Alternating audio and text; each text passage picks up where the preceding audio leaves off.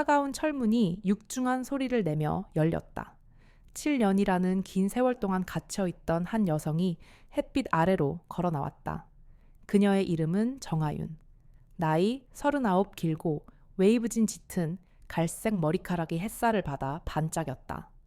핏기 없는 도자기 같은 피부와 어딘가 슬픔이 서린 듯한 갈색 눈동자는 그녀의 가녀린 몸과 어우러져 한 폭의 그림 같았다. 그러나 그녀의 존재는 평화로운 그림과는 거리가 멀었다.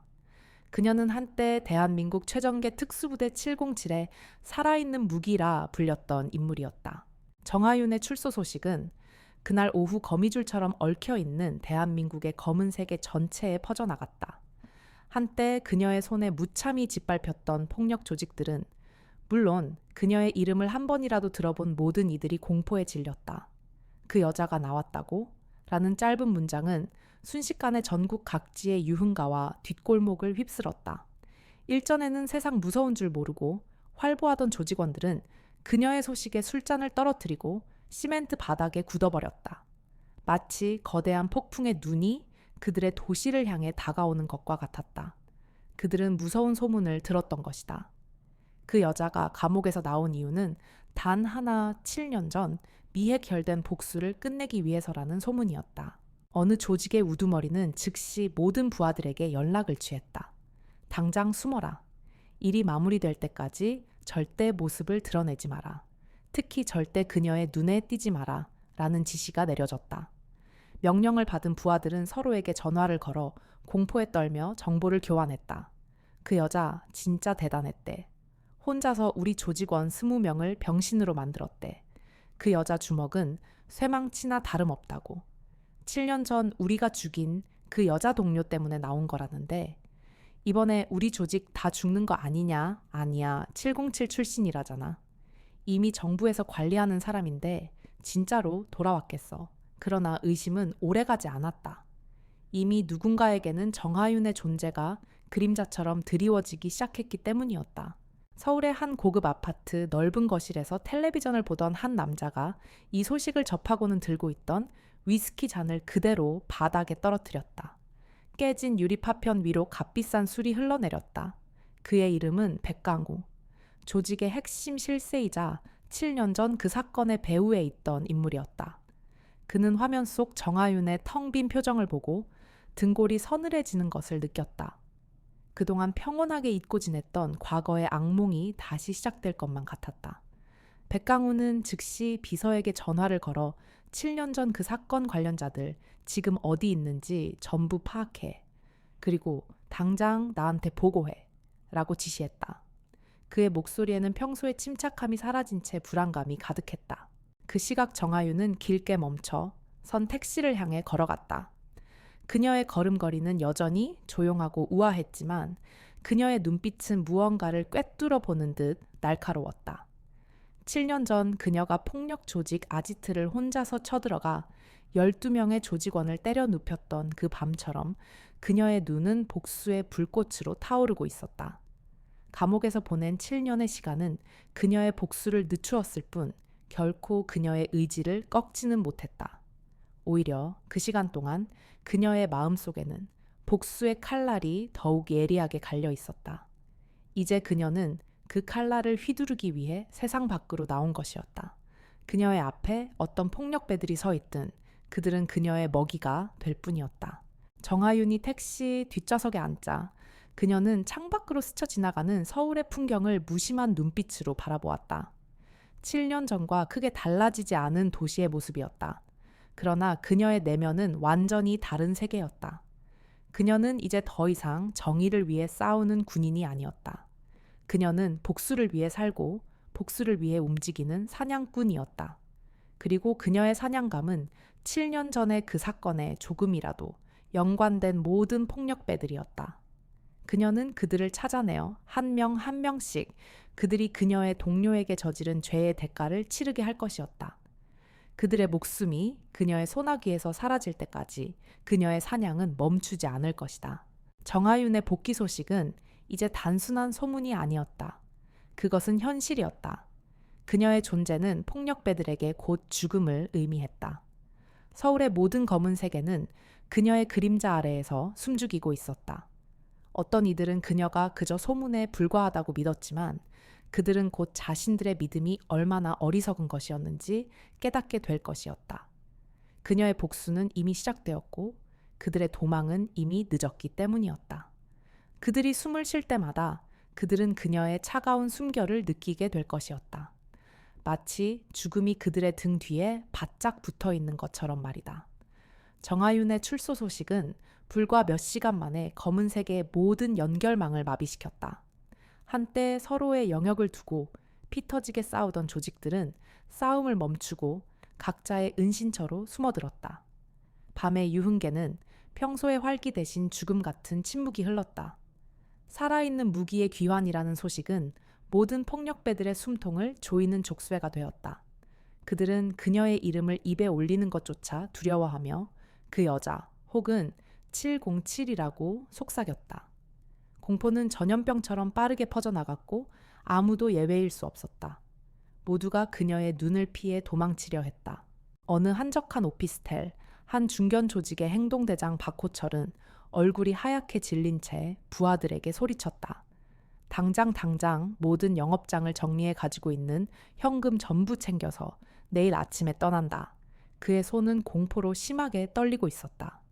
박호철은 한때 용맹을 자랑하며 주먹 하나로 조직의 행동대장 자리까지 올랐지만 정하윤이라는 이름 앞에서는 그 용기마저 한낱 허세에 불과했다.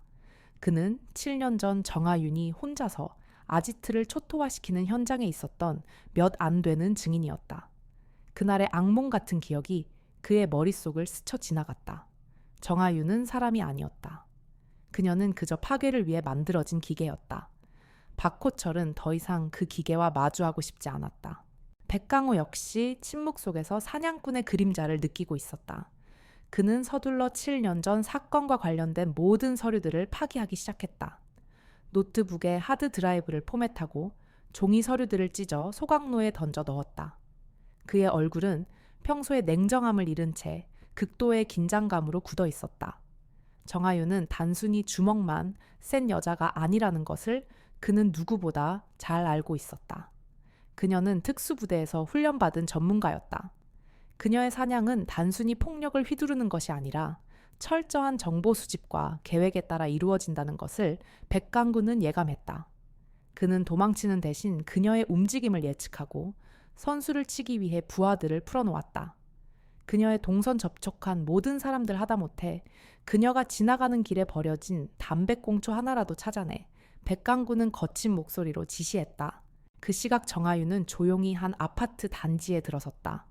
그녀의 손에는 작은 가방 하나가 들려있을 뿐이었다.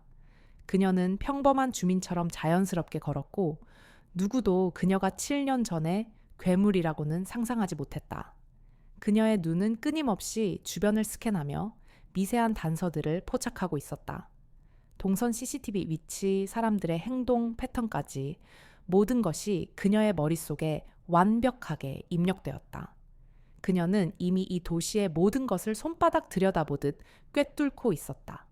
그녀의 복수는 단순히 주먹을 쓰는 것 이상이었다. 그것은 정보전이었고 심리전이었으며 무엇보다도 계획적인 살인이었다. 정하윤은 한 아파트의 초인종을 눌렀다. 문이 열리고 7년 전 그녀의 동료였던 박상혁의 어머니가 놀란 얼굴로 그녀를 맞았다. 하윤아, 너 왔구나. 상혁의 어머니는 눈물을 흘리며 그녀를 끌어안았다.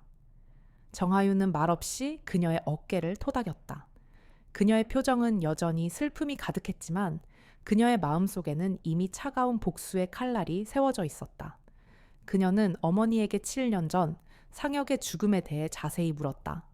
어머니의 흐느낌 섞인 증언 속에서 정하윤은 잃어버렸던 퍼즐의 조각들을 하나씩 맞춰 나가기 시작했다.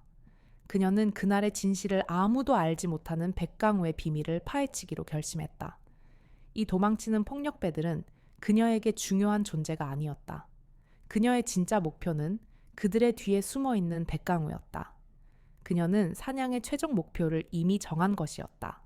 그녀의 사냥이 시작되자 폭력배들은 더욱 더 필사적으로 도망치기 시작했다. 그들은 마치 먹이 사슬의 가장 아래에 있는 동물들처럼 자신의 목숨을 지키기 위해 무리를 짓고 정보를 교환하며 낯선 곳으로 몸을 숨겼다. 하지만 그들의 도망은 이미 늦었다. 그녀의 그림자는 이미 그들의 바로 등 뒤에 드리워져 있었다. 그들이 아무리 멀리 도망친다 해도 그녀의 발자국은 언제나 그들의 뒤를 따를 것이었다. 이 거대한 도시는 이제 정하윤이라는 이름의 거미줄에 걸린 먹잇감들로 가득 차 있었다. 그들의 운명은 이미 정해진 것과 다름없었다. 밤이 깊어지자 정하윤은 7년 만에 찾아온 평범한 방에서 혼자였다. 창밖으로 들려오는 도시의 소음도 낯선 공기도 그녀의 마음속 고독을 채워주지는 못했다. 그녀의 눈은 허공을 응시하고 있었지만 그녀가 보고 있는 것은 현재의 풍경이 아니었다. 그녀는 지금 7년 전의 그날 밤을 다시 살고 있었다. 그녀의 눈에 비친 것은 차갑고 눅눅한 창고 바닥에 쓰러져 있던 한 젊은이의 모습이었다. 그의 이름은 김재민 25살의 어린 나이에 그녀를 친누나처럼 따르던 후배였다. 그는 유능한 요원이었고 무엇보다도 따뜻한 마음을 가진 사람이었다. 그날 김재민은 백강우의 조직이 연루된 거대한 밀수 작전을 홀로 잠입 수사하고 있었다. 그는 항상 정하윤에게 선배 저만 믿으세요. 이번 건 꼭 성공해서 선배한테 맛있는 밥 사드릴게요. 라고 말했었다. 그러나 그 말은 더 이상 현실이 될 수 없었다. 백강우의 조직원들에게 정체가 발각된 김재민은 잔혹하게 고문당하고 살해되었다. 정하윤은 다른 임무를 수행 중이었기에 후배의 마지막 순간을 지켜주지 못했다. 그녀가 현장에 도착했을 때 이미 모든 것이 끝난 후였다. 창고 바닥의 뒹구는 재민의 차가운 시신을 보았을 때 정하윤의 마음은 산산조각이 났다. 그의 얼굴은 형체를 알아볼 수 없을 정도로 훼손되어 있었다. 더욱 끔찍했던 것은 이 모든 비극이 권력에 의해 은폐되었다는 사실이었다. 백강우의 조직은 단순한 폭력 조직이 아니었다. 그들은 정치계와 재계의 거물들과 깊이 연결되어 있었다. 경찰과 검찰은 사건을 단순 폭력 사건으로 조작했고 아무도 재민의 죽음에 책임을 지려 하지 않았다. 그들은 김재민의 죽음을 임무 중 사고사로 처리하고 정하윤에게는 침묵을 강요했다. 정하윤 요원 감정적으로 행동하지 마십시오. 이 일은 여기서 끝입니다. 그들의 차가운 목소리는 재민의 시신보다 더 차가웠다. 정하윤은 그들의 무책임한 결정에 분노했다. 그녀의 내면에 잠들어 있던 분노가 들끓기 시작했다. 그녀는 참을 수 없었다. 그녀는 법의 심판이 아닌 자신의 손으로 직접 복수를 결심했다. 그녀는 그날 밤 백강구의 아지트를 찾아가 그곳에 있던 모든 조직원들을 무자비하게 제압했다. 7년 전 언론에는 정하윤이 단순 살인죄로 감옥에 간 것으로 알려졌지만 진실은 달랐다. 그녀는 후배의 복수를 위해 정의라는 이름으로 분노를 폭발시킨 것이었다. 그러나 그녀의 복수는 완전하지 못했다. 그녀가 붙잡은 조직원들은 고작 백강우의 하수인들에 불과했고 진짜 배우인 백강구는 교묘하게 법망을 빠져나갔다. 정하윤은 감옥에 갇히는 그 순간에도 백강우를 반드시 처단하겠다는 맹세를 잊지 않았다. 7년 동안 감옥에 있으면서 정하윤은 매일 밤 재민의 억울한 죽음을 꿈꿨다. 그는 언제나 피투성이의 얼굴로 그녀를 원망스럽게 바라보았다.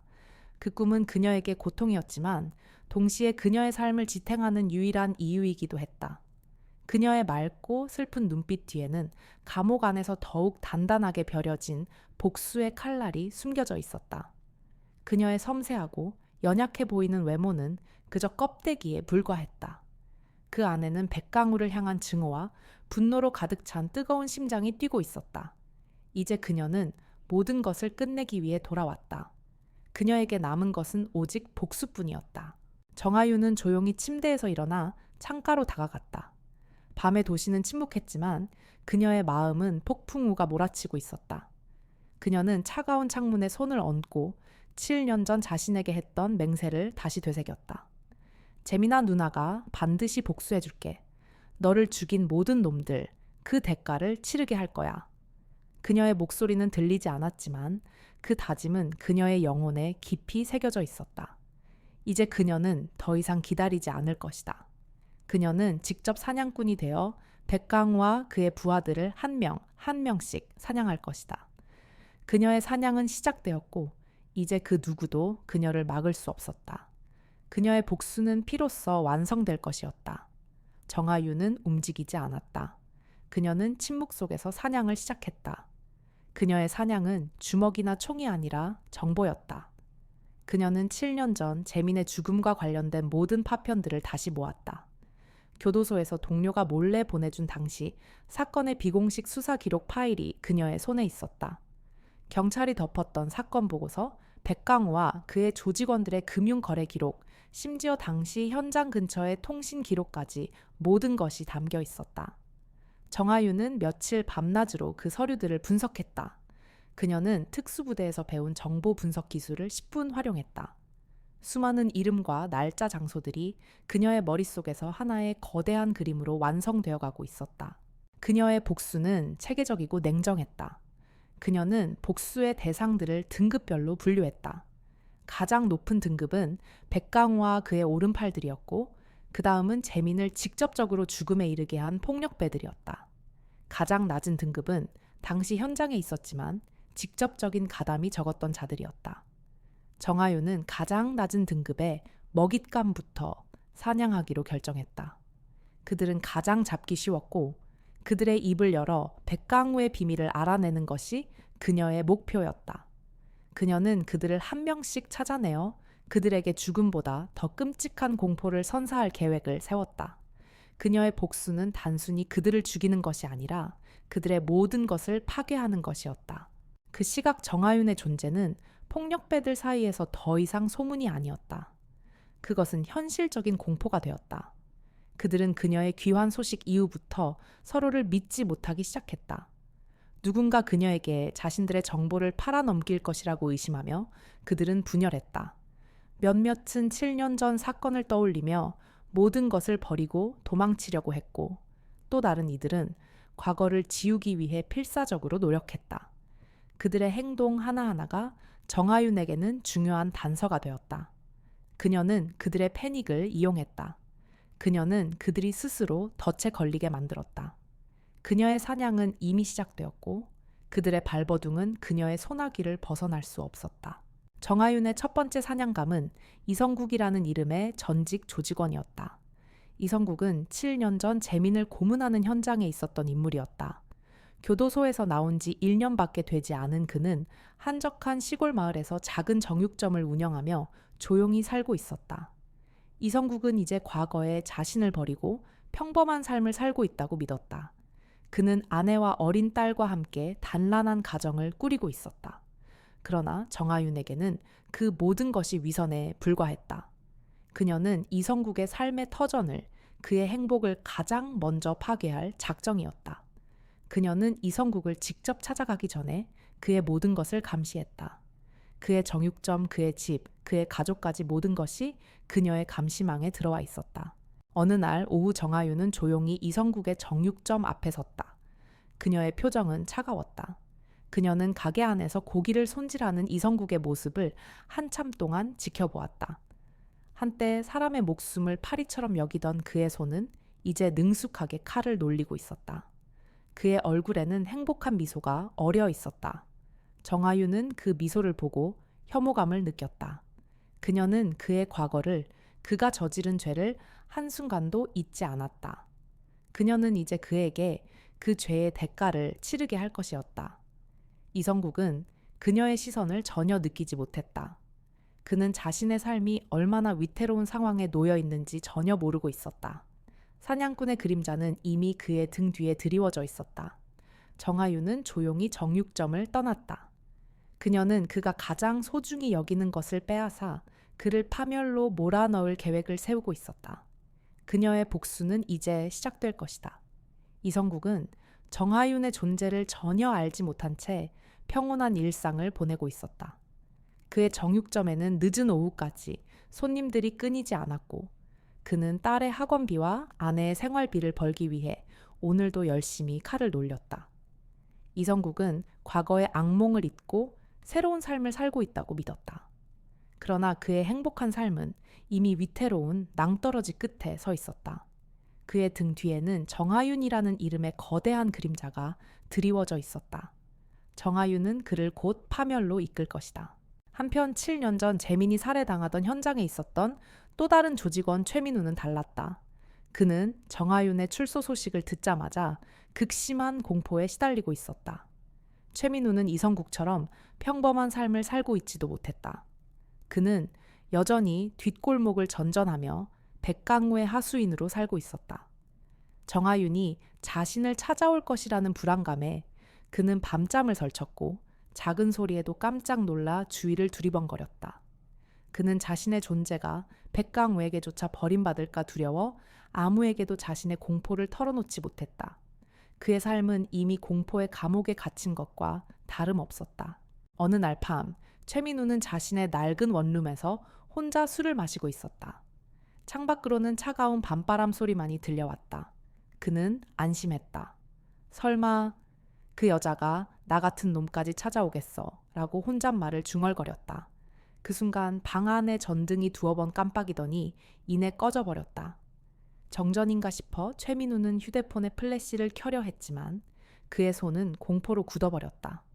어둠 속에서 누군가의 차가운 숨결이 그의 등 뒤에서 느껴졌기 때문이다. 누구야? 최민우는 더듬거리며 외쳤지만 그의 목소리는 아무런 답도 듣지 못했다. 그는 무언가에 이끌리듯 벽 쪽으로 끌려갔다. 비명조차 지를 수 없었다. 그의 존재는 그렇게 흔적도 없이 사라졌다. 최민우의 실종 소식은 다음 날 아침 조직원들 사이에서 빠르게 퍼져나갔다. 그의 집에는 아무런 흔적도, 싸움의 흔적도 남아있지 않았다. 마치 그가 처음부터 존재하지 않았던 것처럼 모든 것이 깔끔하게 정리되어 있었다. 조직원들은 이제 확신했다. 그 여자가 진짜로 돌아왔어 최민우를 데려갔다고. 그들의 공포는 이제 현실이 되었다. 정하윤은 더 이상 소문 속의 인물이 아니었다. 그녀는 그림자처럼 유령처럼 그들 곁에 존재하고 있었다. 그녀의 사냥은 시작되었고 그들의 목숨은 파리 목숨과 같았다. 이 소식을 들은 백강우는 거친 숨을 내쉬었다. 그는 테이블 위에 놓인 최민우의 사진을 뚫어져라 노려보았다.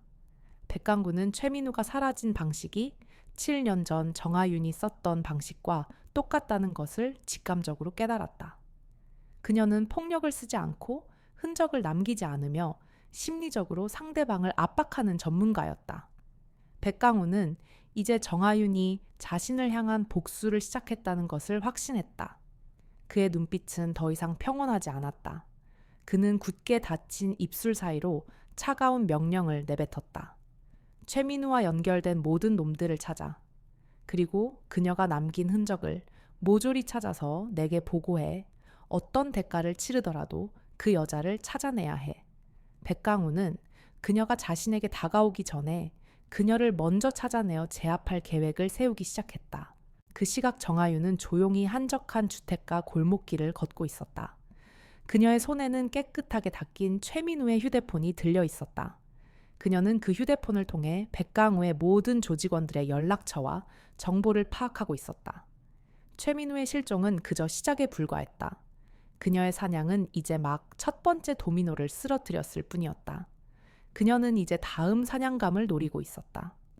그녀의 발걸음은 가볍고 조용했지만 그녀의 등 뒤에는 피냄새를 맡은 짐승의 기운이 느껴졌다. 그녀의 복수는 이제 더 빠르고 더 잔인하게 진행될 것이었다. 그녀는 사냥꾼이고 그녀의 먹잇감들은 이미 그녀의 거미줄에 걸려 있었다. 7년 전 사건 당시 백강우의 곁을 지키던 또 다른 중간 보스 김진수는 최민우의 실종 소식을 듣고 즉시 행동에 나섰다. 그는 최민우처럼 무능한 하수인이 아니었다. 김진수는 신중하고 영리했으며 평생을 철저한 계산 아래 살아왔다. 그는 정하윤이 단순한 폭력배가 아니라는 것을 직감적으로 알고 있었다. 그녀는 특수부대 출신의 전문가였고 그녀의 사냥은 체계적이고 무자비할 것이었다. 김진수는 그녀의 손에 당하기 전에 모든 것을 정리하고 해외로 도피할 계획을 세웠다. 그는 자신의 모든 재산을 처분하고 위조 여권을 준비했으며 대한민국과 범죄인 인도 조약이 체결되지 않은 먼 나라로 향하는 비행기 표를 끊었다. 출국 당일 김진수는 공항의 삼엄한 경계를 뚫고 비행기에 올랐다. 그의 얼굴은 극도의 긴장감과 희미한 안도감이 교차하고 있었다. 창가에 앉은 그는 비행기가 활주로를 힘차게 달리는 것을 보며 깊은 숨을 내쉬었다. 이제 됐다. 이제 그녀에게서 완전히 벗어난 거야. 그는 속으로 중얼거렸다. 비행기가 창공으로 치솟자 김진수는 굳은 표정으로 앉아 있었다. 그러나 그의 안도감은 오래가지 않았다. 비행기가 이륙한 지 얼마 되지 않아 한 승무원이 조용히 그의 옆에 다가왔다. 길고 웨이브진 머리카락에 단정한 승무원 복장을 한 그녀는 바로 정하윤이었다.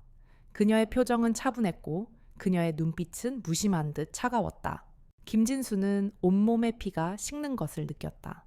그는 정하윤을 알아보지 못했지만 그녀가 자신을 향해 내미는 작은 태블릿 PC의 화면을 보고 모든 것을 직감했다.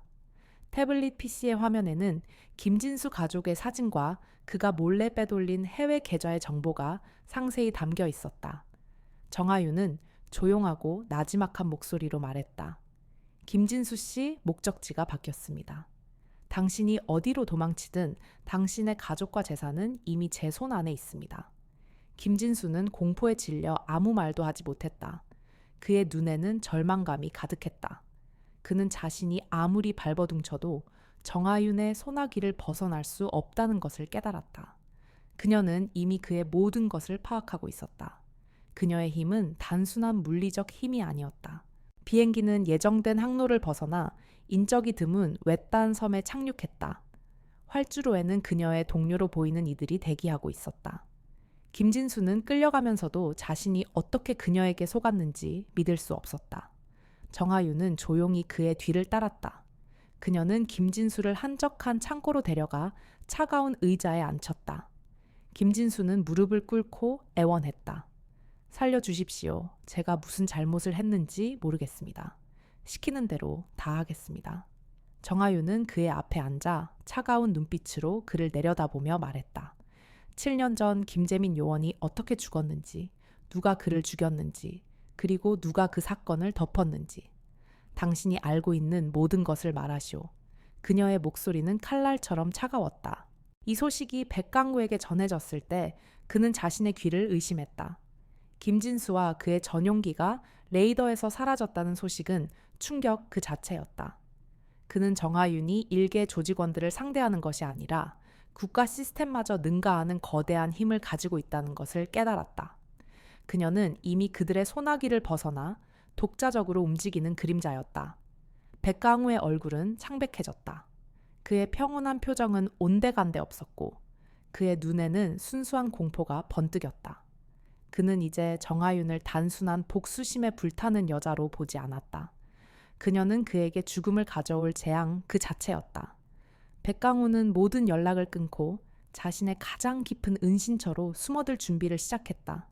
그 시각 김진수는 정하윤의 차가운 눈빛 앞에서 모든 것을 털어놓고 있었다. 그녀는 그에게 어떤 폭력도 행사하지 않았지만 그녀의 존재 자체가 그에게는 거대한 압박이었다. 김진수는 자신의 목숨을 구걸하며 백강우의 모든 비밀을 정하윤에게 넘겼다. 정하윤은 조용히 김진수의 증언을 녹음하며 그의 모든 진술을 꼼꼼하게 기록했다. 그녀는 김진수를 자신의 먹잇감으로 삼는 대신 그를 백강구에게 향하는 또 하나의 칼날로 사용하기로 결심했다. 그녀는 김진수에게 당신의 목숨은 이제 내 손에 달려 있습니다. 내게 협조하면 살려줄 수도 있습니다. 라고 말했다. 김진수는 정하윤의 차가운 제안에 고개를 끄덕였다. 그는 자신의 생명을 위해 자신의 보스를 배신하기로 결심했다. 김진수에게서 백강우 조직의 핵심 정보들을 모두 얻어낸 정하윤은 이제 더 이상 망설이지 않았다. 그녀는 백강우를 직접 상대하기 전에 그의 신복들을 하나씩 무너뜨리기로 결심했다. 그녀의 목표는 단순히 그들을 제압하는 것이 아니라 그들의 가장 큰 강점을 약점으로 만들어 백강우의 심장에 직접적인 타격을 입히는 것이었다. 그녀의 사냥은 물리적인 폭력보다는 심리적인 압박과 지능적인 함정으로 이루어졌다. 그녀는 7년 전 특수부대에서 배운 모든 기술을 총동원하여 백강우의 조직을 내부에서부터 흔들기 시작했다. 그녀의 첫 번째 사냥감은 오태식이었다. 오태식은 거구의 체격과 무자비한 힘을 자랑하는 백간구의 행동대장이었다. 그는 자신의 주먹과腕력에 절대적인 자신감을 가지고 있었다. 정하윤은 그의 강점을 역이용하기로 했다. 그녀는 오태식의 부하들을 매수하여 그의 주거지 근처에 있는 한적한 체육관으로 그를 유인했다.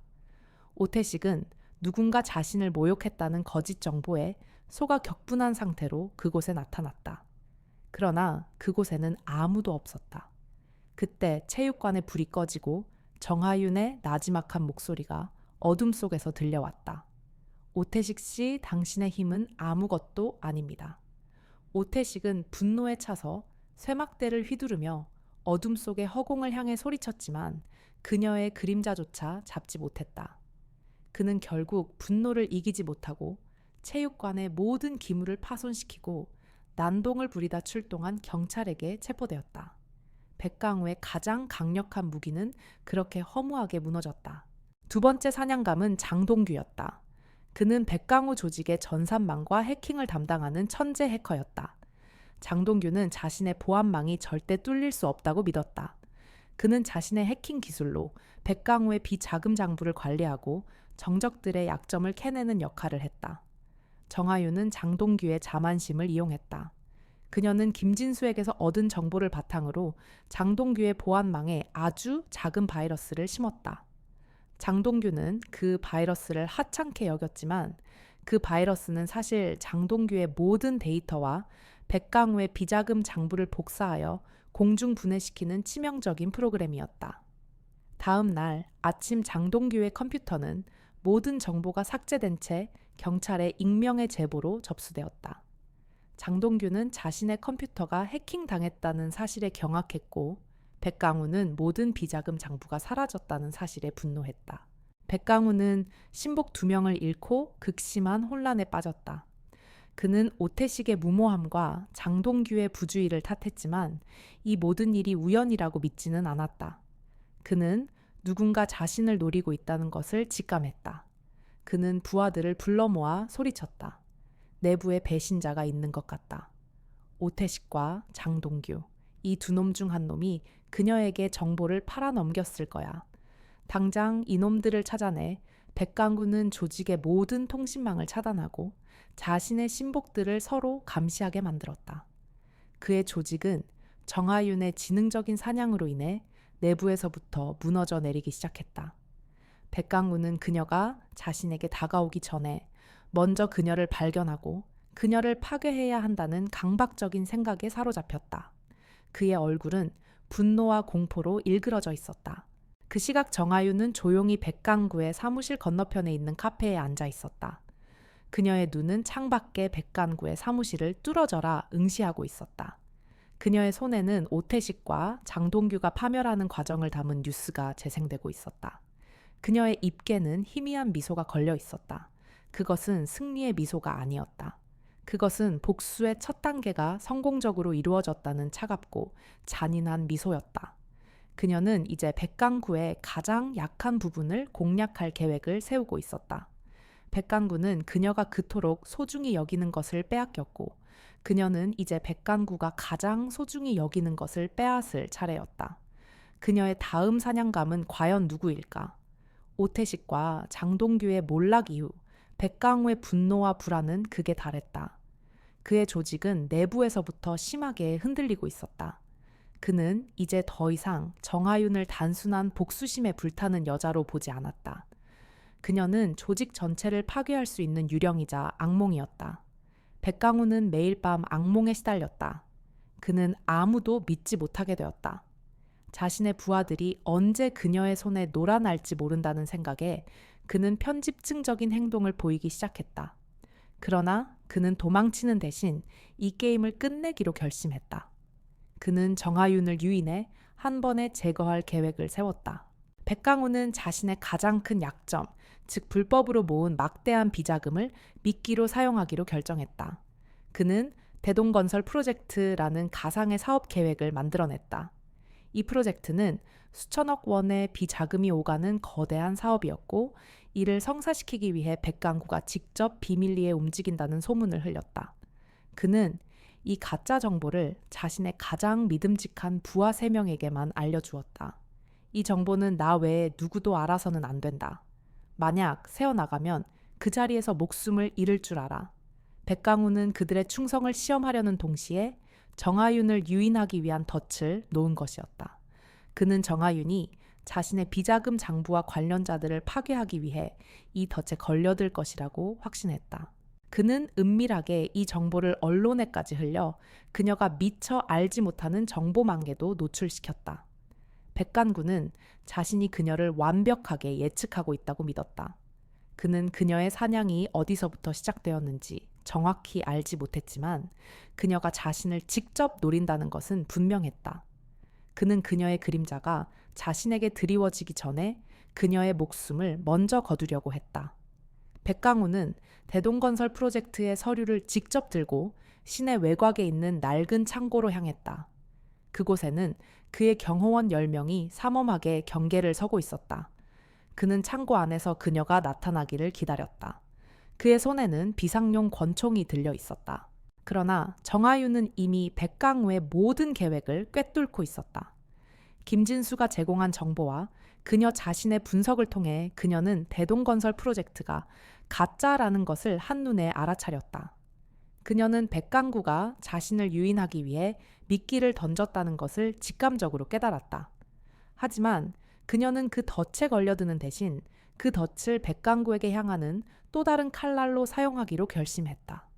그녀는 백강구가 경호원들을 이끌고 낡은 창고로 향하는 동안 그가 가장 중요하게 생각하는 또 다른 곳에 침투할 계획을 세웠다. 백강구가 그녀를 기다리고 있는 동안 그녀는 그의 가장 중요한 비밀을 파헤칠 것이었다. 정하윤은 백강우의 움직임을 감시하는 동시에 그의 또 다른 신복인 민 실장의 사무실에 잠입할 준비를 했다. 민 실장은 백강우의 모든 불법적인 거래를 총괄하고 그의 자금 관리를 담당하는 인물이었다. 백강우는 정하윤을 창고에서 기다리는 동안 민 실장의 사무실은 완벽한 무방비 상태가 될 것이었다. 이것은 정하윤에게는 더없이 좋은 기회였다. 그녀는 조용히 민 실장의 사무실로 향하는 택시에 몸을 실었다. 그녀는 백강우의 덫에 걸려들지 않았다. 오히려 그녀는 그 덫을 이용해 백강우의 심장을 찌를 가장 날카로운 칼날을 준비하고 있었다. 그 시각 낡은 창고 안에서 백강우는 초조하게 시계를 바라보고 있었다. 그의 주변에는 경호원들의 굳은 얼굴만이 보였다. 그의 눈은 창고의 모든 구석을 훑으며 그녀의 그림자를 찾고 있었다. 그는 정하윤이 올 것이라고 믿었다. 하지만 그녀는 나타나지 않았다. 창고 밖에는 차가운 밤바람 소리만이 들려올 뿐이었다. 백강우는 자신의 완벽한 덫에 걸려들지 않는 그녀의 영리함에 분노했다. 그는 자신이 예측할 수 없는 그녀의 행동에 극심한 불안감을 느꼈다. 그는 지금 그녀를 기다리고 있었지만 사실은 그녀가 다른 곳에서 그의 조직을 파괴하고 있다는 것을 전혀 알지 못했다. 백간구가 낡은 창고에서 허공을 향해 덫을 놓는 동안 정하윤은 조용히 그의 신복인 민 실장의 사무실에 잠입했다. 그녀의 움직임은 그림자처럼 소리 없이 빨랐다. 그녀는 민 실장의 컴퓨터에 백강우의 모든 불법 거래 기록과 비자금 흐름이 담겨 있다는 것을 알고 있었다. 그녀는 특수부대에서 배운 해킹 기술을 이용해 보안망을 뚫고 모든 데이터를 자신의 휴대용 하드 드라이브에 복사하기 시작했다. 파일이 다운로드되는 동안 그녀의 눈은 민 실장의 책상 위를 훑으며 다른 중요한 단서가 없는지 확인했다. 그녀의 마음은 차분했고 그녀의 손놀림은 정확했다. 그녀는 이제 백강우의 모든 것을 손에 넣기 직전이었다. 그러나 예상치 못한 변수가 발생했다. 모든 파일을 복사하고 막 사무실을 나서려는 순간 문이 조용히 열리고 한 남자가 안으로 들어왔다. 그는 사무실의 청소를 담당하는 김성철이었다. 그는 나이 40줄에 접어든 평범한 중년 남성의 모습이었다. 그러나 그의 눈이 정하윤을 보는 순간 공포와 경악으로 가득 찼다. 그는 정하윤을 알아보았다. 김성철은 7년 전 정하윤의 손에 무참히 짓밟혔던 폭력 조직의 일원이었고 당시 그녀의 첫 번째 복수가 이루어지던 현장에 있었다. 그는 그녀의 싸늘한 눈빛과 비현실적인 전투력을 똑똑히 기억하고 있었다. 김성철은 두려움에 몸이 굳어버렸다. 너는 그 여자. 그의 목소리는 경련하듯 떨렸다. 정하윤은 잠시 멈춰섰다. 그녀의 머릿속은 복잡하게 돌아갔다. 이 남자를 어떻게 처리해야 할까? 그녀의 훈련받은 본능은 즉시 그를 제압하라고 명령했다. 그러나 그녀의 마음은 망설였다. 그녀는 이제 더 이상 폭력을 쓰지 않기로 다짐했었다. 그녀는 조용히 김성철에게 다가갔다. 그녀의 눈빛은 무시무시했지만 그 안에 담긴 슬픔은 김성철의 가슴을 찔렀다. 김성철은 7년 전 그녀의 주먹에 맞아 쓰러졌던 동료들의 모습과 함께 그녀의 무자비한 분노를 떠올렸다. 정하윤은 나지막한 목소리로 말했다. 김성철 씨, 7년 전 그날 밤을 기억하십니까? 김재민이라는 이름을 기억하십니까? 김성철의 얼굴은 더욱 창백해졌다. 그는 고개를 푹 숙인 채 아무 말도 하지 못했다. 정하윤은 계속해서 말했다. 당신은 그날 밤 내 후배를 죽이는데 직접 가담하지는 않았지만 그 현장에 있었습니다. 이제 당신은 백강우의 조직에서 벗어나 평범한 삶을 살고 있겠지만 당신의 죄는 결코 사라지지 않습니다. 정하윤의 말은 그에게 깊은 죄책감을 안겨주었다. 그는 자신의 새로운 삶이 한순간에 무너질 수도 있다는 것을 직감했다. 김성철은 두 손을 모아 애원했다. 살려주십시오. 저는 그저 시키는 대로 했을 뿐입니다. 저는 정말 후회하고 있습니다. 정하윤은 그의 눈을 똑바로 바라보았다. 그녀는 그의 눈에서 진정한 공포와 후회를 읽었다. 그녀는 그에게 마지막 기회를 주기로 결심했다. 백강우는 지금 모든 것을 버리고 도망칠 준비를 하고 있습니다. 당신은 백강우의 오래된 은신처와 도피 경로를 알고 있겠지요. 나에게 모든 것을 말해주면 당신의 죄를 용서해 주겠습니다. 정하윤은 김성철의 목숨을 빼앗는 대신 그를 자신의 편으로 끌어들이기로 한 것이다.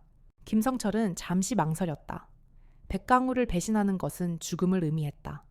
그러나 정하윤의 차가운 눈빛과 그녀가 손에 쥐고 있는 증거들은 그를 다른 선택을 할 수 없게 만들었다. 그는 고개를 끄덕이며 모든 것을 털어놓았다. 백강구가 비상시에 사용할 가장 중요한 은신처의 위치와 그가 미리 준비해둔 도피 경로까지 모든 것을 정하윤에게 넘겨주었다. 정하윤은 그 정보를 듣고 입가에 희미한 미소를 지었다. 김성철은 그녀의 손에 의해 파멸할 수도 있었지만 대신 그녀의 가장 중요한 정보원이 된 것이다. 정하윤은 조용히 그의 곁을 떠났다. 그녀의 사냥은 이제 최종 단계에 접어들었다. 민 실장의 사무실에서 불법 거래 기록을 김성철에게서 백강우의 은신처 정보를 모두 손에 넣은 정하윤은 이제 모든 퍼즐 조각을 맞췄다. 그녀는 백강우를 직접 상대할 때가 왔다고 판단했다. 하지만 그녀는 무력을 사용하지 않기로 했다. 그녀는 백강구가 가장 두려워하는 것이 무엇인지 정확히 알고 있었다. 그것은 바로 그가 쌓아 올린 모든 부와 권력이 한순간에 무너지는 것이었다. 그녀는 그에게 직접 만나자는 메시지를 보냈다. 백강우는 처음에는 망설였지만 그녀가 어떤 카드를 가지고 있는지 확인하기 위해 그녀의 제안을 받아들였다. 두 사람은 시내 한복판에 있는 조용한 갤러리에서 만났다. 화려한 그림들이 걸려 있었지만 그들의 주변에는 죽음 같은 긴장감이 감돌았다. 정하윤은 평소처럼 단정한 옷차림에 슬픔이 서린 듯한 눈빛으로 백강우를 바라보았다. 그녀의 가녀린 몸은 언제든 부러질 것 같았지만 그녀의 눈빛은 백강우를 꿰뚫어 보는 듯 차가웠다. 백강우는 그녀의 나약한 외모에 잠시 안심하는 듯했다. 그는 정하윤이 자신의 권력과 돈 앞에서 무릎 꿇을 것이라고 착각했다. 그는 거만한 미소를 지으며 말했다. 정하윤 씨, 오랜만입니다. 이렇게 직접 만날 줄은 몰랐군요. 당신의 용기에 감탄했습니다. 하지만 당신은 7년 전의 실수를 반복하는 것 같군요. 당신의 동료를 위해 더 이상 당신의 인생을 망치지 마시오. 정하윤은 아무 말 없이 백강우를 응시했다. 그녀의 눈빛은 어떤 감정도 담겨 있지 않았다. 그녀는 천천히 입을 열었다. 백강우 씨, 당신은 아주 교묘하게 모든 것을 덮었습니다. 7년 전 당신이 김재민 요원을 죽이고 그 사건을 은폐하기 위해 얼마나 많은 돈을 썼는지 그리고 얼마나 많은 사람들을 협박했는지 저는 모두 알고 있습니다. 백강우의 얼굴은 굳어졌다. 그의 눈빛은 당혹감과 분노로 흔들렸다. 그는 정아윤이 단순히 소문을 듣고 온 것이 아니라는 것을 깨달았다. 그녀의 말은 너무나도 구체적이고 정확했다. 당신은 지금 나의 비자금 장부를 말하는 겁니까? 내게서 무엇을 원하는 겁니까? 돈 아니면 권력. 백강우는 정아윤의 눈을 똑바로 바라보며 말했다. 당신은 이미 모든 것을 잃은 사람입니다. 나는 당신의 인생에 비해 잃을 것이 너무 많소. 나는 나의 가정을 지켜야 하고 나의 사업을 지켜야 합니다. 당신이 원하는 것이 무엇이든 나는 들어줄 수 있습니다. 7년 전의 일은 모두 잊고 이제 각자의 길을 갑시다. 이것은 당신에게 마지막 기회입니다. 백강우는 자신의 약점을 노출하는 동시에 그녀의 복수심을 잠재우려고 했다. 그는 정아윤이 자신의 가족을 위협하는 것을 두려워하고 있었다. 그의 말은 위협이기도 했지만 동시에 자신의 약점을 스스로 드러내는 것이기도 했다. 그러나 정아윤은 흔들리지 않았다. 그녀는 차가운 미소를 지으며 말했다. 백강우 씨, 당신은 나의 인생을, 나의 동료를 그리고 나의 정의를 앗아갔습니다. 나는 이제 당신의 모든 것을 앗아갈 것입니다. 당신이 소중히 여기는 모든 것들을 당신이 가장 두려워하는 방식으로 파괴할 것입니다. 당신의 가족, 당신의 사업, 당신의 명성까지 모든 것을요. 그녀의 목소리는 조용했지만 그 안에는 거대한 폭풍이 몰아치고 있었다. 백강우는 정아윤의 말에서 진심을 읽었다. 그는 그녀가 더 이상 단순한 복수를 원하는 것이 아니라는 것을 깨달았다. 그녀는 그에게 죽음보다 더 끔찍한 파멸을 안겨주려 하고 있었다. 백강우는 분노를 참지 못하고 자리에서 일어났다. 당신은 괴물이야. 당신은 나와 다를 바 없는 살인자라고. 정아윤은 그를 차가운 눈빛으로 바라보며 말했다. 나는 당신이 아니며 당신의 부하들도 아닙니다. 나는 내가 파괴해야 할 것을 파괴할 뿐입니다. 당신은 더 이상 도망칠 수 없습니다. 이 게임은 이제 끝이 아닙니다. 이제부터 시작입니다. 백강우는 그녀의 말에 등골이 서늘해지는 것을 느꼈다. 그는 그녀가 자신의 삶을 완벽하게 파괴하기 위한 계획을 세웠다는 것을 깨달았다. 그는 분노와 공포에 질린 채 갤러리를 나섰다. 정아윤은 조용히 그의 뒷모습을 바라보았다. 이제 그는 그녀의 의도대로 미끼를 물고 발버둥 칠 것이다. 갤러리에서의 만남 이후 백강우는 분노와 공포에 휩싸여 자신의 사무실로 돌아왔다. 그의 머릿속은 정아윤의 차가운 말들로 가득했다. 나는 이제 당신의 모든 것을 앗아갈 것입니다. 그는 그녀가 허풍을 떨고 있는 것이 아님을 직감했다. 그녀는 그를 파멸로 이끌 명확한 계획을 가지고 있었다. 백강우는 자신의 경호원들을 모두 불러 모았다. 지금부터 모든 외부 활동을 중단한다. 모든 통신망을 감시하고 한 사람도 빠짐없이 그녀의 흔적을 찾아내 그의 목소리는 절박했다. 그는 그녀가 자신의 조직을 어떻게 파괴할지 몰라 극심한 불안감에 시달렸다. 그러나 정아윤은 이미 첫 번째 움직임을 시작했다. 그녀의 복수는 단순히 백강우의 목숨을 빼앗는 것에 그치지 않았다. 그녀의 목표는 백강우가 7년 동안 쌓아 올린 모든 것을, 그의 명성, 그의 재산, 그리고 그의 권력까지 송두리째 파괴하는 것이었다. 그녀는 복수의 도구로 무력을 사용하는 대신 그가 가장 신성시하는 법과 여론을 사용하기로 했다. 그녀는 민 실장의 컴퓨터에서 복사한 모든 불법 거래 기록, 비자금 장부, 그리고 정치인들과의 유착 관계가 담긴 서류들을 정리하기 시작했다. 그녀는 이제 이 모든 증거들을 세상에 공개하여 백강우의 제국을 내부에서부터 무너뜨릴 계획을 세웠다. 정아윤은 먼저 익명으로 언론사에 백강우의 비자금 장부와 불법 거래에 관한 파일을 전송했다. 그녀는 그와 유착 관계에 있는 모든 고위 공직자들의 이름과 그들의 약점까지 상세히 기록하여 함께 보냈다. 이 모든 파일들은 그녀의 철저한 정보 분석을 통해 완성된 것이었다. 그녀의 복수는 무분별한 폭력이 아니라 정교한 한 편의 예술 작품과 같았다. 그녀의 손가락이 키보드 위에서 움직일 때마다 백강우의 제국은 한 층씩 허물어져 내리고 있었다. 그녀는 세상의 모든 정의로운 힘을 빌려 백강우를 심판하려 했다. 그의 모든 재산은 몰수될 것이고 그의 명성은 땅에 떨어질 것이며 그의 모든 권력은 한순간에 사라질 것이다. 정하윤은 또한 김성철에게서 얻은 정보를 이용해 백강우의 마지막 은신처와 도피 경로를 미리 선점했다. 그녀는 백강구가 모든 것을 잃고 마지막 발버둥을 칠 때 그가 도망갈 수 있는 모든 길을 막아놓기로 했다. 그녀는 백강구가 아무리 멀리 도망치려 해도 그녀의 그림자가 언제나 그의 등 뒤를 쫓고 있다는 사실을 깨닫게 해주고 싶었다.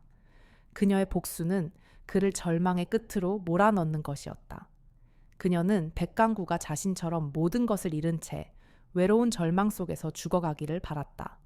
그녀의 눈빛에는 증오와 분노뿐만 아니라 7년 동안 그녀를 짓눌러온 깊은 슬픔이 함께 담겨 있었다.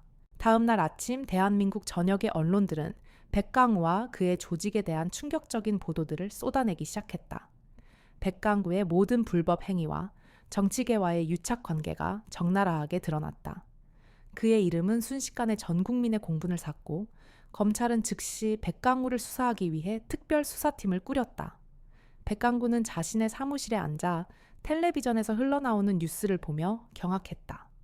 그의 얼굴은 절망과 분노로 일그러졌다. 그가 7년 동안 쌓아 올린 거대한 제국이 정하윤의 차가운 복수심에 의해 한순간에 무너져 내리고 있었다. 그의 모든 부하들은 그를 배신하고 도망쳤다. 그는 이제 아무도 없는 섬에 홀로 남겨진 것과 다름없었다. 정하윤은 조용히 자신의 은신처에서 뉴스를 지켜보았다. 그녀의 복수는 이제 절반쯤 성공했다. 백강우는 이제 모든 것을 잃었다. 그러나 아직 그녀의 복수는 끝나지 않았다. 그녀의 마지막 목표는 백강구의 목숨이었다. 그녀는 그에게 죽음보다 더 끔찍한 절망을 안겨준 후 그의 목숨을 직접 거둘 계획이었다. 그녀의 손은 차가웠지만 그녀의 마음은 뜨거운 복수심으로 불타고 있었다. 그녀의 복수는 이제 마지막 단계에 접어들었다. 그녀는 이제 백강구를 찾아 나설 것이다. 그의 목숨을 빼앗기 위해, 그리고 그녀의 동료 김재민의 원한을 갚기 위해. 정하윤은 백강우의 모든 것을 파괴하기 위한 마지막 단계를 준비하고 있었다. 그녀의 손에는 민 실장의 사무실에서 빼낸 백강우의 모든 범죄 증거와 김성철이 제공한 그의 은신처 정보가 있었다. 그녀는 이제 백강구를 찾아내어 모든 것을 끝낼 일만 남았다고 생각했다. 그녀는 그동안 자신이 얼마나 많은 것을 이루어냈는지 떠올리며 잠시나마 만족감을 느꼈다. 그녀의 복수는 무분별한 폭력이 아니라 지능적인 계획에 의해 이루어진 것이었다. 그녀의 마음속에는 이제 곧 모든 것이 끝날 것이라는 희미한 기대감이 맴돌았다. 그러나 그 기대감은 오래가지 못했다. 정하윤은 김성철에게서 받은 정보와 민 실장의 파일들을 교차 검증하던 중 뜻밖의 충격적인 사실을 발견했다. 그녀가 감옥에 있는 동안 그녀에게 몰래 정보를 보내주며 유일한 희망이 되어주었던 옛 동료 강민준의 이름이 백강우의 비자금 장부에서 발견된 것이다. 강민준은 그녀를 돕는 척하면서 백강구의 조직에게서 거액의 뇌물을 받고 있었다. 그는 정하윤을 이용해 백강우의 조직을 무너뜨린 후 그 자리를 차지하려는 야심을 품고 있었던 것이다. 그들의 유착 관계는 명확한 증거들로 빼곡히 채워져 있었다. 정하윤은 믿을 수 없다는 듯 손을 떨었다. 강민주는 그녀가 유일하게 믿었던 사람이었다. 그는 그녀에게 희망이었고 그녀의 정의가 아직 살아있다는 증거였다. 그러나 그 모든 것은 거짓이었다. 그녀가 믿었던 정의도 그녀의 동료애도 모두 돈과 권력 앞에 무너져 버린 것이다. 정하윤의 가슴 속에는 분노보다 더 깊은 배신감과 허무함이 밀려왔다. 그녀는 이제 완전히 혼자가 되었다. 그녀가 싸우고 있는 이 세상은 그녀가 믿었던 것보다 훨씬 더 더럽고 비열한 곳이었다. 그녀의 슬픈 눈빛은 이제 깊은 절망으로 물들었다. 정하윤은 계획을 전면 수정했다. 그녀는 더 이상 강민준을 믿을 수 없었다. 오히려 강민준이 백강우에게 그녀의 정보를 팔아넘길 수도 있다는 생각에 그녀는 극도의 경계심을 갖게 되었다. 그녀의 복수는 이제 백강우를 향한 것뿐만 아니라 이 모든 것을 이용하려 했던 강민준을 향한 것이기도 했다. 그녀는 강민준에게 직접 연락을 취했다. 그의 휴대폰으로 짧고 차가운 메시지를 보냈다. 민준아, 네가 한 모든 것을 알고 있어. 이제 내 차례다. 그녀의 메시지는 어떤 감정도 담겨 있지 않았지만 그 메시지를 받은 강민준은 온몸의 피가 식는 것을 느꼈다. 그는 정아윤이 자신의 모든 것을 알고 있다는 것을 깨달았다. 이 배신은 정아윤에게 큰 충격을 주었지만 동시에 그녀를 더욱 냉정하고 잔인하게 만들었다. 그녀는 이제 그 누구도 믿지 않았다. 그녀는 오직 자신의 힘으로만 모든 것을 해결해야 한다는 것을 깨달았다. 그녀는 이제 더 이상 정의의 사도가 아니었다. 그녀는 그저 복수만을 위해 살아가는 고독한 사냥꾼이었다. 그녀의 복수심은 이제 백강우와 강민준을 동시에 향하게 되었다. 그녀는 그들이 서로를 향해 으르렁거리고 서로를 의심하며 파멸하는 것을 지켜볼 것이다. 그녀의 사냥은 이제 더욱 복잡하고 치밀해졌다. 그녀는 이제 진정한 의미에서 살아있는 무기가 되었다. 정아윤은 자신의 은신처에서 조용히 밖을 내다보았다. 그녀의 눈빛은 차갑고 단호했다. 그녀의 내면은 이미 모든 감정을 버리고 오직 복수라는 목표만을 향해 나아가고 있었다. 그녀에게 남은 것은 오직 이 더러운 게임을 끝내는 것뿐이었다. 그녀는 이제 자신을 배신한 사람들에게도 용서 없는 심판을 내릴 것이다. 그녀는 이제 이 세상의 모든 거짓과 위선들을 파괴하기 위해 마지막 사냥을 시작할 준비를 하고 있었다. 그녀의 복수는 이제 절정으로 치닫고 있었다. 정아윤은 백강우의 제국을 파괴하는 데 성공했다. 언론과 검찰의 대대적인 수사로 백강구는 모든 재산과 명성을 잃고 도망자의 신세가 되었다. 배신자 강민준 역시 정아윤의 손에 의해 모든 것이 발각될까 두려워 모습을 감추었다. 그녀의 복수는 이제 마지막 단계에 접어들었다. 그러나 그녀는 마지막 퍼즐 조각을 맞추려 하던 중 예상치 못한 진실과 마주하게 되었다. 그녀가 민 실장의 사무실에서 빼낸 가장 중요한 파일들, 백강구가 은폐하려 했던 극비 문서들을 분석하던 중이었다. 그 서류들은 백강우와 관련된 모든 추악한 진실들을 담고 있었다. 그녀의 눈은 문서 한 귀퉁이에 적힌 이름에서 멈췄다. 김재민, 그녀의 사랑하는 후배의 이름이었다. 정아윤은 재민의 죽음이 단순한 임무 중 사고가 아니라는 것을 알고 있었지만 그녀가 믿었던 것과는 다른 진실이 그 문서에 담겨 있었다. 문서에 따르면 재민은 백강우의 조직을 수사하는 동시에 그들의 정보를 또 다른 거대 조직에게 몰래 팔아넘기고 있었다. 그는 이중 스파이 역할을 하고 있었고 그 대가로 거액의 돈을 받았다. 재민이 그녀에게 말했던 정의는 순수한 정의가 아니었다. 그의 죽음은 단순히 정체가 발각된 것뿐만 아니라 그의 배신을 알게 된 백강우에 의해 계획된 것이었다. 정하윤은 충격에 휩싸였다. 그녀는 지난 7년 동안 정의의 이름으로 복수를 꿈꿔왔다. 그녀의 마음속에서 재민은 순수하고 무결한 희생양이었다. 그러나 그녀가 믿었던 그 모든 것이 한순간에 무너져 내렸다. 그녀는 배신당했다는 사실에 분노했지만 동시에 깊은 슬픔을 느꼈다. 그녀는 지난 7년의 시간이 자신이 믿었던 모든 정의가 거짓이었는지 의심하기 시작했다. 그녀는 과연 무엇을 위해 싸워왔던 것일까? 그녀의 복수가 과연 정당한 것일까? 그녀는 복수의 길을 걸으면서도 내면에서 깊은 도덕적 위기에 빠졌다.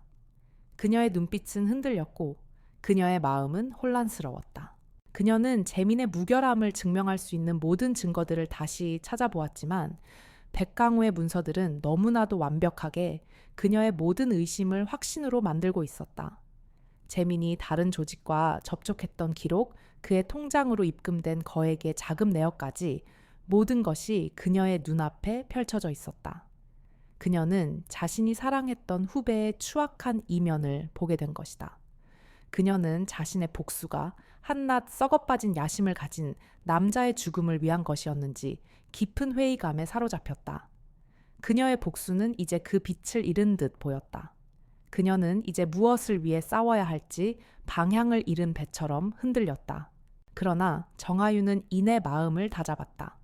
그녀는 재민의 배신이 백강구가 저지른 죄를 정당화할 수는 없다는 것을 깨달았다. 재민이 어떤 사람이었든 백강구는 그를 잔혹하게 살해하고 그 사건을 은폐했다. 백강우는 무자비한 살인자이고 그의 모든 범죄는 용서받을 수 없는 것이었다.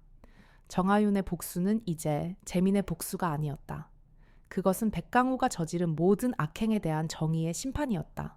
그녀는 더 이상 순수한 정의를 위해 싸우지 않았다. 그녀는 오직 이 더러운 세상의 모든 악을 응징하기 위해 싸울 것이다. 정하윤의 눈빛은 다시 차갑게 변했다. 그녀의 마음은 더 이상 흔들리지 않았다. 그녀는 이제 모든 감정을 버리고 오직 이 복수라는 목적만을 향해 나아갔다. 그녀의 복수심은 이제 개인적인 감정을 넘어 하나의 거대한 정의의 칼날이 되었다. 그녀는 이제 마지막 사냥을 시작할 것이다. 그녀는 백강우를 찾아내어 그에게 죽음보다 더 끔찍한 파멸을 안겨줄 것이다. 그녀의 발걸음은 가볍고 조용했지만 그 발걸음에는 죽음을 향한 차가운 의지가 담겨 있었다. 그녀는 이제 그녀의 마지막 사냥감을 향해 나아갔다. 김재민의 진실은 정하윤에게 큰 충격과 허무함을 안겨주었지만 동시에 그녀의 복수를 더욱 냉정하게 만들었다. 그녀는 더 이상 개인적인 감정에 얽매이지 않았다. 그녀의 복수는 이제 이 모든 악의 뿌리인 백강우를 향한 것이었다. 백강우는 그의 제국이 무너지고 모든 부하들이 도망치자 시내 외곽에 있는 폐공장 지대에 숨어들었다. 정하윤은 김성철에게서 얻은 정보를 바탕으로 그가 숨어있는 곳을 정확히 알아냈다. 그녀는 이제 마지막 사냥을 시작하기 위해 조용히 폐공장을 향했다. 폐공장 지대는 낡은 건물들과 녹슨 철골들로 가득했다. 정하윤이 건물 안으로 들어서자 그녀의 눈의 마지막까지 백강우의 곁을 지키던 행동대장 박영호가 나타났다. 그는 거구의 체격에 험악한 인상을 가지고 있었고 그녀를 보자마자 거친 숨을 몰아쉬었다. 박영호는 백강우의 지시를 받고 그녀를 보자마자 공격하기 위해 대기하고 있었다. 그 여자, 정하윤이 맞나 내년이 우리 조직을 이렇게 만들었겠다. 박영호는 쇠파이프를 휘두르며 그녀에게 달려들었다. 정하윤은 냉정한 표정으로 박영호의 공격을 피했다. 그녀의 움직임은 여전히 빠르고 우아했지만 그녀의 눈빛은 차가웠다. 그녀는 더 이상 감정을 싣지 않았다. 그녀와 박영호의 격투는 순식간에 폐공장 전체를 뒤흔들었다. 박영호의 둔탁한 공격은 그녀의 몸을 스쳐 지나갔지만 그녀의 방역은 정확하고 치명적이었다. 그녀는 박영호의 강점을 역이용해 그를 낡은 기계들 사이로 몰아붙였다. 박영호는 분노에 차서 몸을 돌려 쇠파이프를 휘둘렀고 정하윤은 그의 손목을 잡아틀어 쇠파이프를 땅에 떨어뜨렸다. 뼈가 어긋나는 소리가 폐공장 안에 울렸다. 그러나 그들이 격투를 벌이는 와중에 예상치 못한 사고가 발생했다. 그들이 격투를 벌이던 곳 옆에 쌓여 있던 무거운 철제 빔들이 굉음과 함께 무너져 내린 것이다. 철제 빔들이 무너져 내린 곳에는 한 명의 젊은 여성이 쓰러져 있었다. 그녀의 이름은 유진. 그녀는 이 폐공장에서 사진을 찍기 위해 홀로 찾아온 아마추어 사진 작가였다. 유진은 정하윤과 박영호가 싸우는 것을 보고 두려움에 몸을 숨겼지만 결국 사고를 피하지 못하고 파편에 깔려 피를 흘리고 있었다. 그녀의 비명소리는 폐공장 전체를 울렸다. 정하윤은 유진의 모습을 보는 순간 온몸의 피가 식는 것을 느꼈다. 그녀는 박영호를 제압하는 것을 멈추고 유진에게 달려갔다. 그녀의 눈빛은 흔들렸고 그녀의 마음은 혼란스러웠다. 그녀는 자신이 보호하고자 했던 무고한 사람을 자신의 손으로 다치게 했다는 사실에 극심한 충격을 받았다. 정하윤이 유진에게 달려간 사이 박영호는 비틀거리며 도망쳤다. 그는 부러진 팔을 부여잡고 백강구에게 달려갔다. 사장님, 그 여자가 나타났습니다. 그런데 그 여자한테 약점이 있습니다. 그 여자 무고한 사람을 해치지 못합니다. 박영호는 정하윤의 약점을 백강우에게 보고했고 백강우는 그의 말을 듣고 섬뜩한 미소를 지었다. 정하윤이 아무리 강한 무기라고 해도 그녀에게는 약점이 있었다. 그녀는 인간이었고 그녀에게는 아직 양심이 남아 있었다. 백강우는 이제 정하윤을 상대할 방법을 찾았다. 그는 그녀의 양심을 이용하여 그녀를 무너뜨릴 계획을 세우기 시작했다. 정아유는 피를 흘리는 유진을 안고 자신의 손을 바라보았다. 그녀의 손은 재민의 복수를 위해 수많은 폭력배들을 파멸시켰지만 결국 그녀의 손에 피를 묻힌 것은 무고한 사람이었다. 그녀의 마음속에는 깊은 죄책감과 후회가 밀려왔다. 그녀는 이제 자신이 무엇을 위해 싸워야 할지 다시 한번 고민하게 되었다. 그녀의 복수는 정당한 것이었지만 그 과정에서 무고한 희생이 발생한다면 그것은 과연 정의로운 것일까? 그녀의 영혼은 다시 한번 흔들렸다. 그녀는 복수의 칼날을 휘두르면서도 자신이 과연 올바른 길을 가고 있는지 깊은 회의감에 빠졌다. 정아유는 병원 중환자실 앞에서 초조하게 기다렸다. 그녀의 손은 아직도 유진의 피로 얼룩져 있었다. 무고한 사람을 다치게 했다는 죄책감이 그녀의 심장을 찢는 듯 아파왔다. 그녀는 자신이 무엇을 위해 복수를 하고 있었는지, 자신의 모든 행위가 정당했는지 깊은 회의감에 빠졌다. 그녀는 자신이 보호하고자 했던 사람들을 자신의 손으로 해치고 있었다. 이 모든 복수는 과연 누구를 위한 것이었을까? 그녀의 마음은 혼란스러웠지만 그녀는 마지막 임무를 완수해야 한다는 책임감을 느꼈다. 그녀는 유진의 안전을 확인한 후 백강구를 향한 마지막 발걸음을 옮겼다. 정아유는 박영호가 흘린 정보를 토대로 백강구가 숨어 있는 곳을 정확히 알아냈다. 그곳은 시내의 한적한 곳에 위치한 고급 펜트하우스였다. 백강우는 그의 제국이 무너지고 모든 부하들이 도망친 후 마지막까지 그의 부와 권력을 상징하는 그곳에 숨어 있었다. 정아유는 펜트하우스의 문을 조용히 열고 들어갔다. 그곳에는 백강구가 텅 빈 거실에 홀로 앉아 술을 마시고 있었다. 그의 얼굴은 초췌했고 그의 눈빛은 절망에 잠겨 있었다. 그는 이제 더 이상 거만하고 오만한 폭력배가 아니었다. 그는 모든 것을 잃고 마지막 남은 자존심마저 무너진 한낱 겁쟁이에 불과했다.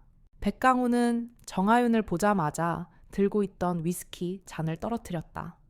깨진 유리 파편이 바닥에 흩뿌려졌다. 네가 결국 찾아왔구나. 하지만 내가 졌다고 생각하지 마라. 네가 날 죽이는 순간 너도 나와 똑같은 살인자가 되는 거야.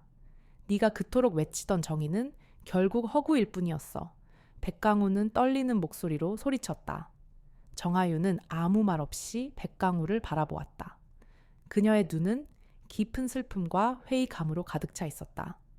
그녀의 머릿속에는 유진의 피투성이 얼굴과 재민의 잔인한 죽음이 교차하며 떠올랐다.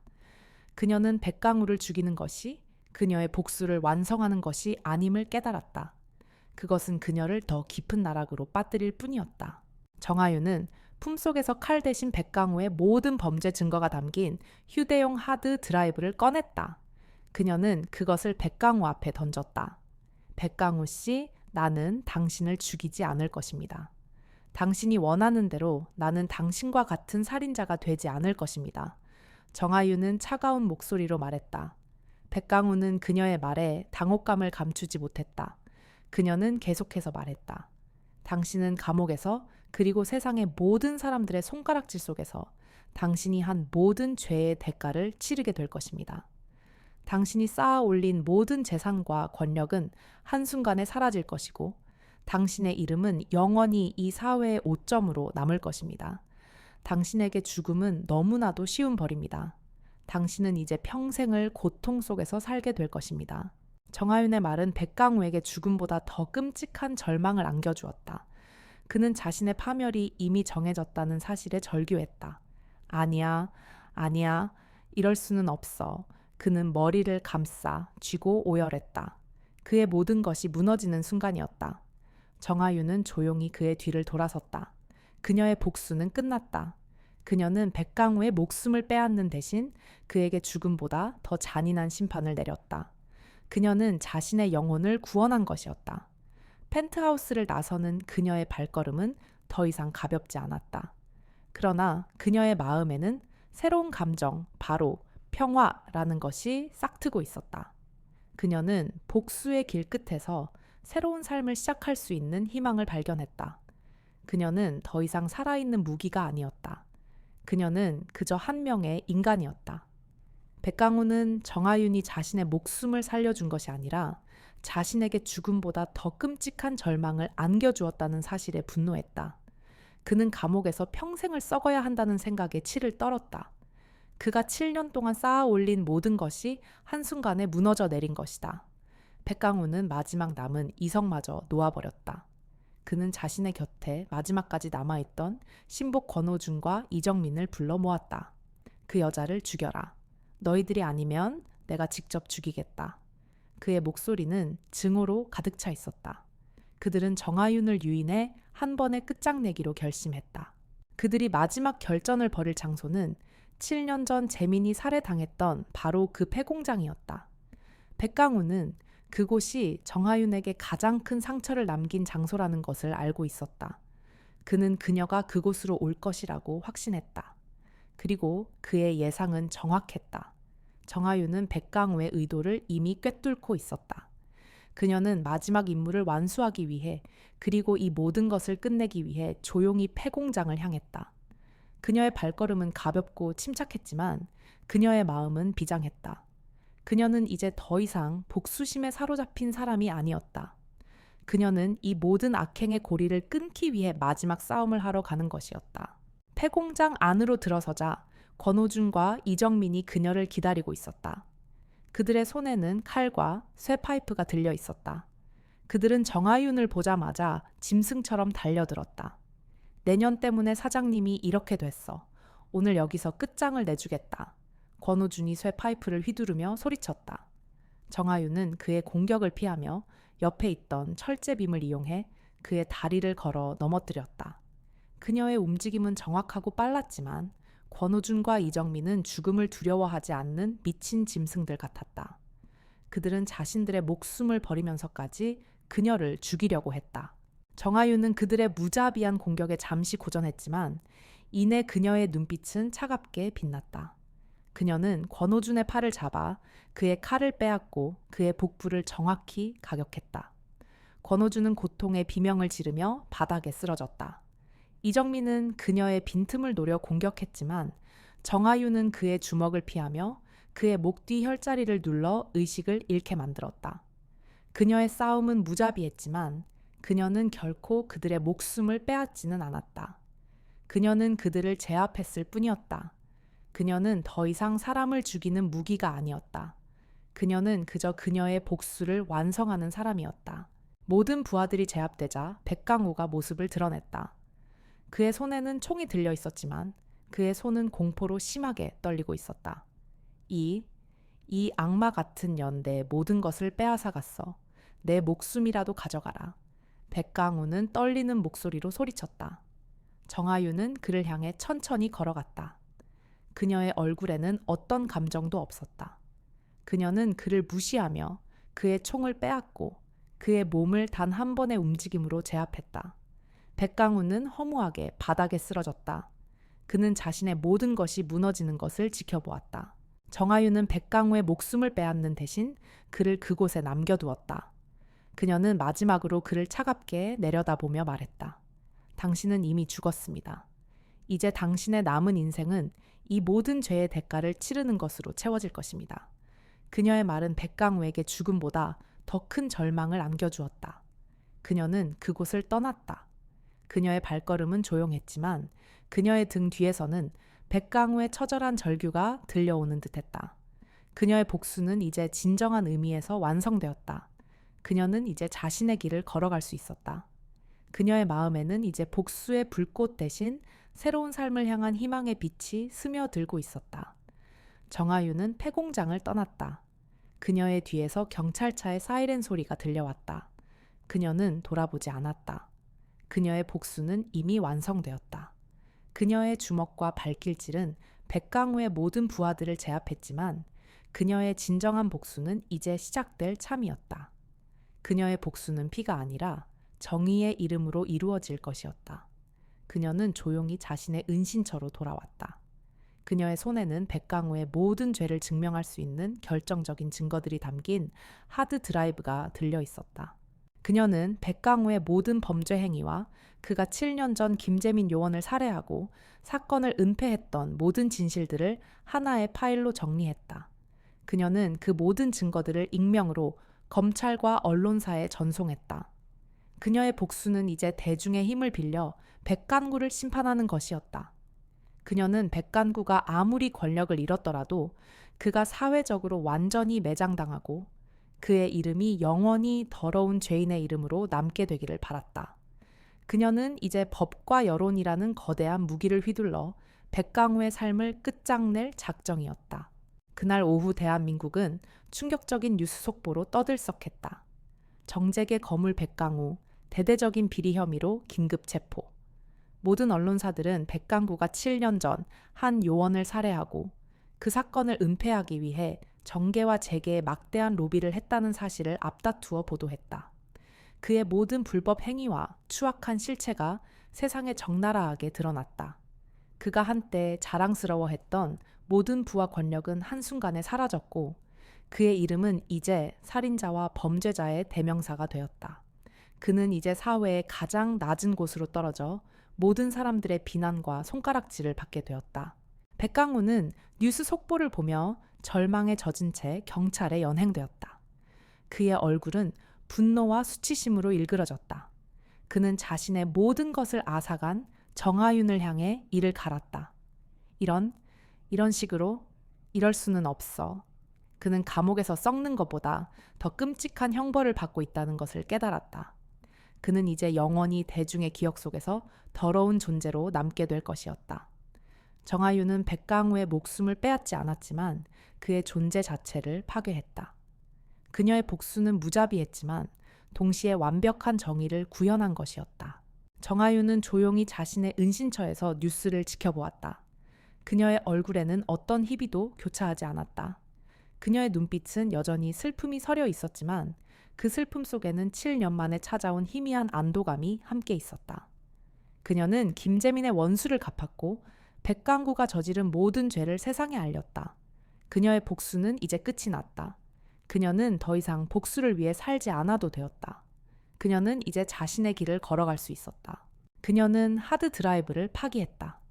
이제 모든 증거는 세상에 공개되었고 그녀의 역할은 끝이 났다. 그녀는 자신의 존재를 완전히 지우기로 결심했다. 그녀는 더 이상 살아있는 무기가 아니었다. 그녀는 그저 자신의 삶을 되찾고 싶은 한 명의 평범한 여성이었다. 그녀는 지난 7년의 시간이 헛되지 않았음을 느꼈다. 그녀는 그 시간 동안 잃어버렸던 모든 것을 되찾을 수 있을 것이라고 희미하게 희망했다.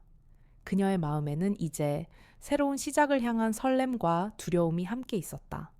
그녀는 이제 그녀의 마지막 목적지를 향해 조용히 걸어갔다. 정아윤은 모든 것을 끝냈다. 그녀는 백강우의 제국을 무너뜨렸고 그의 명성을 땅에 떨어뜨렸다. 그녀의 복수는 완벽하게 성공했지만 그녀의 마음은 공허했다. 그녀는 복수의 길 끝에서 그 어떤 카타르시스도 느끼지 못했다. 오히려 그녀의 가슴에는 무고한 유진을 다치게 했다는 죄책감과 강민준의 배신에 대한 허무함만이 남아 있었다. 그녀는 이제 더 이상 복수를 위해 살지 않아도 되었지만 그녀의 삶은 방향을 잃은 채 흔들리고 있었다. 그녀는 살아있는 무기라는 굴레에서 벗어날 수 있을까? 그녀는 조용히 모든 것을 뒤로하고 인적이 드문 남해의 작은 어촌 마을로 향했다. 마을의 작은 언덕 위 정아윤은 바다를 내려다보며 멍하니 서 있었다. 7년 전 그녀의 복수가 시작되던 그날 밤처럼 그녀의 눈빛은 깊은 슬픔을 담고 있었다. 그녀는 백강우를 파멸시켰지만 그것이 재민의 죽음을 되돌릴 수는 없다는 것을 깨달았다. 그녀의 복수는 그저 또 다른 파괴를 낳았을 뿐이었다. 그녀는 자신이 옳았다고 믿었지만 그 과정에서 그녀 역시 괴물이 되어가고 있었다는 것을 깨달았다. 그녀의 손에 묻은 피는 백강우의 것이기도 했지만 그녀 자신의 것이기도 했다. 그녀는 이제 이 모든 것을 내려놓고 자신을 용서하는 법을 배워야 했다. 정아윤은 더 이상 과거의 그림자에 갇히지 않기로 결심했다. 그녀는 그녀의 모든 기술과 능력을 복수가 아닌 다른 목적을 위해 사용하기로 했다. 그녀는 사회의 어두운 그림자 속에서 법의 보호를 받지 못하는 사람들을 돕는 일을 시작했다. 그녀는 그들의 목소리가 되어주고 그들의 억울함을 세상에 알리는 역할을 맡았다. 그녀는 여전히 어둠 속에 숨어 있었지만 그녀의 존재는 빛을 잃은 사람들에게 희미한 희망의 빛이 되어주고 있었다. 그녀는 더 이상 정의의 사도라고 자처하지 않았다. 그녀는 그저 그녀의 손으로 만든 상처들을 치유하기 위해 조용히 봉사하는 한 명의 인간이 되기로 했다. 어느 날 정아유는 조용히 재민의 묘를 찾았다. 그녀는 무덤 앞에 꽃 한 송이를 놓고 조용히 재민에게 말했다. 재민아, 누나는 너를 죽인 모든 사람들에게 복수했어. 하지만 그것이 옳은 일이었는지는 모르겠어. 이제 누나는 너를 보내주려고 해. 그리고 이제 나 자신을 위해 살려고 해. 너의 죽음이 헛되지 않도록 누나는 이 세상의 모든 어둠 속에서 빛을 찾으려 할 거야. 그녀의 목소리는 떨렸지만 그녀의 눈빛은 더 이상 혼란스럽지 않았다. 그녀는 이제 복수라는 이름의 감옥에서 완전히 벗어난 것이다. 바람이 불어와 그녀의 머리카락을 흩날렸다. 그녀는 바다를 바라보며 깊은 숨을 들이쉬었다. 그녀의 마음속에는 이제 복수라는 거대한 감정 대신 텅 빈 공간이 생겼다. 그러나 그 공간은 곧 새로운 희망과 새로운 삶으로 채워질 것이었다. 그녀는 복수의 칼날을 놓았지만 그녀의 내면은 더욱 강해졌다. 그녀는 이제 모든 것을 잃은 백강우처럼 혹은 모든 것을 얻으려 했던 강민준처럼 허무하게 살지 않을 것이다. 그녀는 자신의 삶을 그리고 자신의 가치를 스스로 만들어 나갈 것이다. 그녀는 그렇게 한 명의 고독한 영웅이 되었다. 댓글로 여러분의 소중한 의견과 감동을 나눠주세요. 좋아요와 구독은 저희 채널에 큰 힘이 됩니다. 더 많은 분들이 이 이야기를 접할 수 있도록 주변에 공유해 주시면 감사하겠습니다. 여러분의 관심과 응원 덕분에 저희는 더 좋은 이야기로 찾아뵐 수 있습니다.